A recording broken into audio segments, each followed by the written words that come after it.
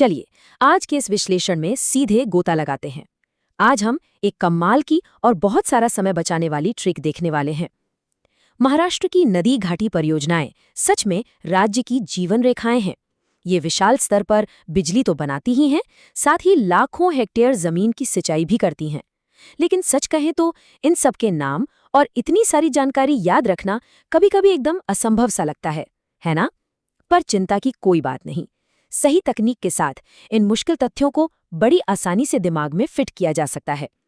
आज हम महाराष्ट्र की इन महत्वपूर्ण परियोजनाओं को हमेशा हमेशा के लिए याद रखने का एक अचूक तरीका देखने वाले हैं।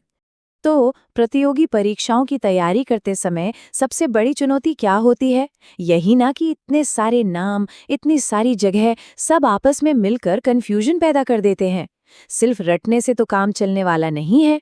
हमारे दिमाग को चीजों को याद रखने के लिए एक व्यवस्थित और थोड़े मजेदार तरीके की जरूरत होती है। एक ऐसा स्मार्ट तरीका जो इन चीजों को आसानी से जोड़ सके। और बिल्कुल यहीं पर हमारी आज की खास रणनीति काम आने वाली है। और वो स्मार्ट तरीका है ये एक रहस्यमयी सा कोड। चलिए इसे एक लय में दोहराते हैं ताकि ये दिमाग में अच्छे से बैठ जाए। कोई नाग गिरे भी। सुनने में ये बस एक साधारण सा वाक्य लग सकता है, लेकिन सच मानिए ये महाराष्ट्र की सबसे महत्वपूर्ण परियोजनाओं को याद रखने की एक मास्टर चाबी है। इस तरह के लयबद्ध वाक्य हमारे दिमाग में इतनी गहराई से छप जाते हैं कि परीक्षा के भारी प्रेशर में भी चुटकियों में याद आ जाते हैं। आइए अब इस दिलचस्प कोड को डिकोड करना शुरू करते हैं। हमारा पहला शब्द है कोय, और कोय को हम सीधे जोड़ेंगे कोयना परियोजना से। ये महाराष्ट्र का एक बहुत ही प्रमुख और विशाल बांध है।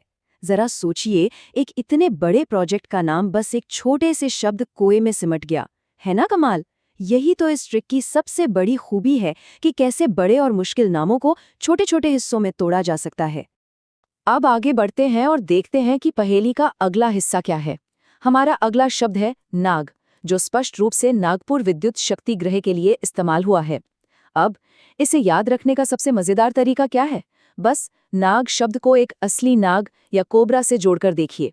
नाग शब्द और नागपुर शहर के बीच का ये कनेक्शन इतना लॉजिकल है कि एक बार इसे समझ लिया तो फिर भूलना लगभग नामुमकिन है। और जब हम इन शब्दों को विजुअल्स के साथ जोड़ते हैं तो पूरी तस्वीर एकदम साफ हो जाती है। जरा देखिए, एक तरफ कोयना के लिए एक मजबूत बांध की तस्वीर है और दूसरी तरफ नागपुर के लिए एक सांप और बिजली का निशान।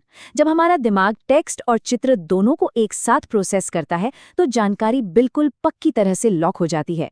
ये हमारी याददाश्त को सच में कई गुना मजबूत बना देता है। चलिए अब तीसरे शब्द पर आते हैं, जो है गिरे। गिरे का सीधा सा मतलब है गिरना परियोजना। इसे याद रखने के लिए बस एक ऊपर से नीचे गिरते हुए झरने की कल्पना कीजिए। गिरने का एहसास और गिरना नदी परियोजना का नाम दोनों एक दूसरे के साथ एकदम परफेक्ट मैच बनाते हैं। एक साफ विजुअल इमेज बनाइए और बस इसे याद रखना एकदम आसान हो जाता है। अंत में हमारे पास बचता है आखिरी अक्षर भी। इसे डिकोड करना भी उतना ही आसान है। भी से सीधा मतलब है भीमा नदी परियोजना, और इसे याद रखने के लिए एक बहती हुई घुमावदार नदी के प्रतीक का इस्तेमाल एकदम सटीक बैठता है।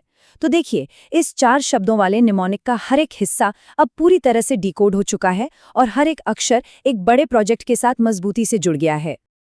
अब तक हमने जो भी देखा है, चलिए उसे एक साफ सुथरी टेबल में समेट लेते हैं ताकि रिविजन में कोई दिक्कत ना हो। बाईं तरफ हमारे छोटे छोटे कीवर्ड्स हैं और दाईं तरफ उनका पूरा अर्थ। कोय से कोयना, नाग से नागपुर, गिरे से गिरना और भी से भीमा। ये हमारे दिमाग के लिए एक क्विक रेफरेंस गाइड की तरह काम करता है, जो इतने भारी भरकम डेटा को एकदम सरल रूप में हमारे सामने रख देता है।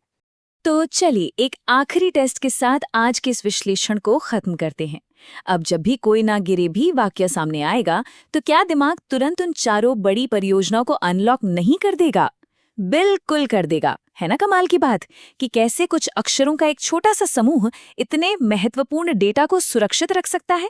ये सच में सोचने पर मजबूर करता है कि अगर हम पढ़ाई में थोड़ी सी क्रिएटिविटी ले आएं तो क्या कोई भी टॉपिक कभी भी हमारे लिए मुश्किल रह सकता है।